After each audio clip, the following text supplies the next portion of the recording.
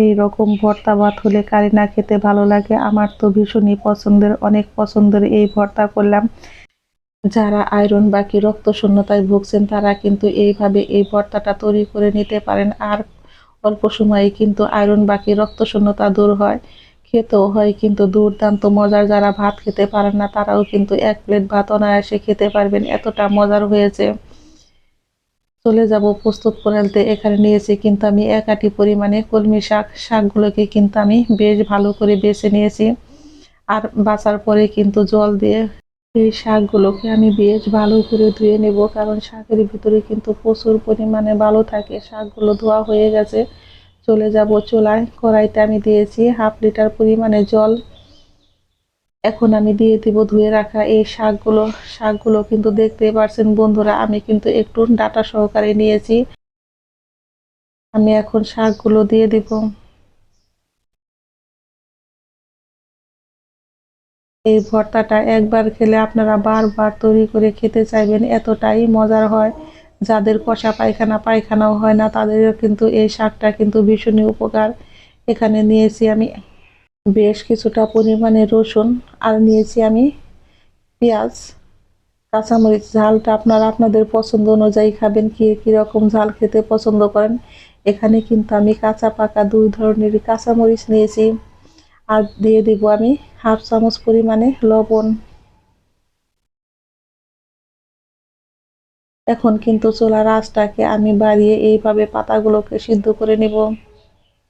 এই শাকের বন্ধুরা জলটা কিন্তু ফেলা যাবে না, ফেললেই কিন্তু এই শাকের যে আয়রন থাকে সেই আয়রনটা কিন্তু বের হয়ে যায়। আর এইভাবে করেই কিন্তু আমি শাকগুলোকে খুব সুন্দর করে সিদ্ধ করে নেব। আর হাই হিটে শাকগুলো সিদ্ধ করলে কিন্তু রংটাও একদম সবুজ থাকবে। আমি শাকগুলোকে কিন্তু বেশ ভালো করে এইভাবে উল্টে পাল্টে দিয়েছি।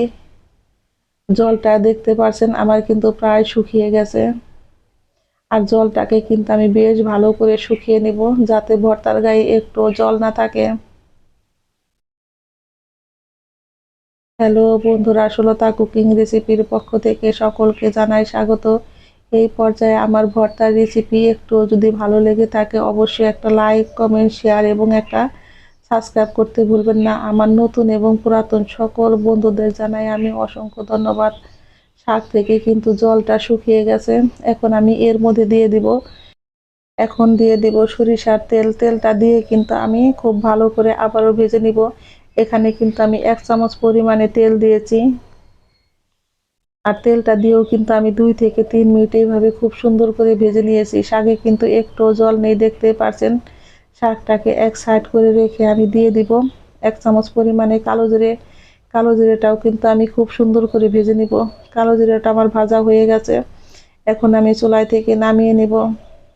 বন্ধুরা আজকে আমি ভর্তা তৈরি করব শিলপাটা। আপনারা চাইলে কিন্তু মিক্সার ব্লেন্ডারও ব্লেন্ড করে নিতে পারেন।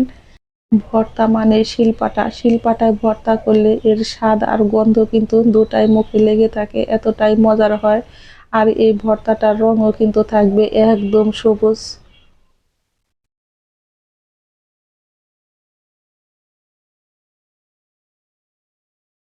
আমি কিন্তু এইভাবে করে ভর্তাগুলোকে বেটে নিব। আর শাকটাও কিন্তু অনেক সুন্দর সিদ্ধ হয়েছে। আমার ভর্তাটা কিন্তু বাটা রেডি হয়ে গেছে বন্ধুরা, দেখে অবশ্যই বুঝতে পারছেন। ভর্তাটা কিন্তু আমি একদম মিহি করে তৈরি করেছি। আর এখন আমি দিয়ে দিব কালো জিরে। কালো জিরেটা দিলে কিন্তু ভর্তাটার সেন্টে আসে অন্যরকম, আর খেতেও হয় কিন্তু দুর্দান্ত মজার। ঝটপট তৈরি হয়ে গেল আমার কলমি শাক দিয়ে ভর্তা। যদি না খেয়ে থাকেন একবার হলেও খেয়ে আমাকে কমেন্ট বক্সে জানাবেন কার কেমন লেগেছে। ভর্তাটা আমার বাটা কিন্তু একদম রেডি হয়ে গেছে, আমি এখন উঠিয়ে নিব। আর পাটায় বাটা ভর্তা কে কে খেতে পছন্দ করেন অবশ্যই আমাকে জানাবেন। ভর্তা করার পরে কিন্তু এই পাটায় বাটা ভাত মেখে খেতে কিন্তু বেশ ভালো হয়। আমরা ছিলাম কিন্তু যৌথ পরিবার। আমার মা যখন কোনো কিছুই থাকতো না তখন কিন্তু এইভাবে ভর্তা তৈরি করে দিয়ে আমাদের ভাই বোন সবাই মিলে কিন্তু এইভাবে খেতে দিত। আর সবাই কিন্তু আমরা অনেক মজা করে খেতাম। আমারও কিন্তু সেই আগের অভ্যাসটাই রয়ে গেছে। এখন অল্প পরিমাণে একটু ভাত নিয়ে পাটায় মেখে খেলাম বন্ধুরা। খেতে হয়েছে কিন্তু সেই স্বাদ।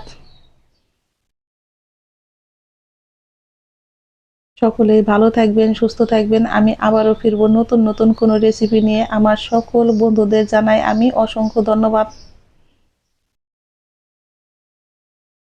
ঝটপট তৈরি হয়ে গেল কলমি শাক দিয়ে এই মজাদার ভর্তার রেসিপি।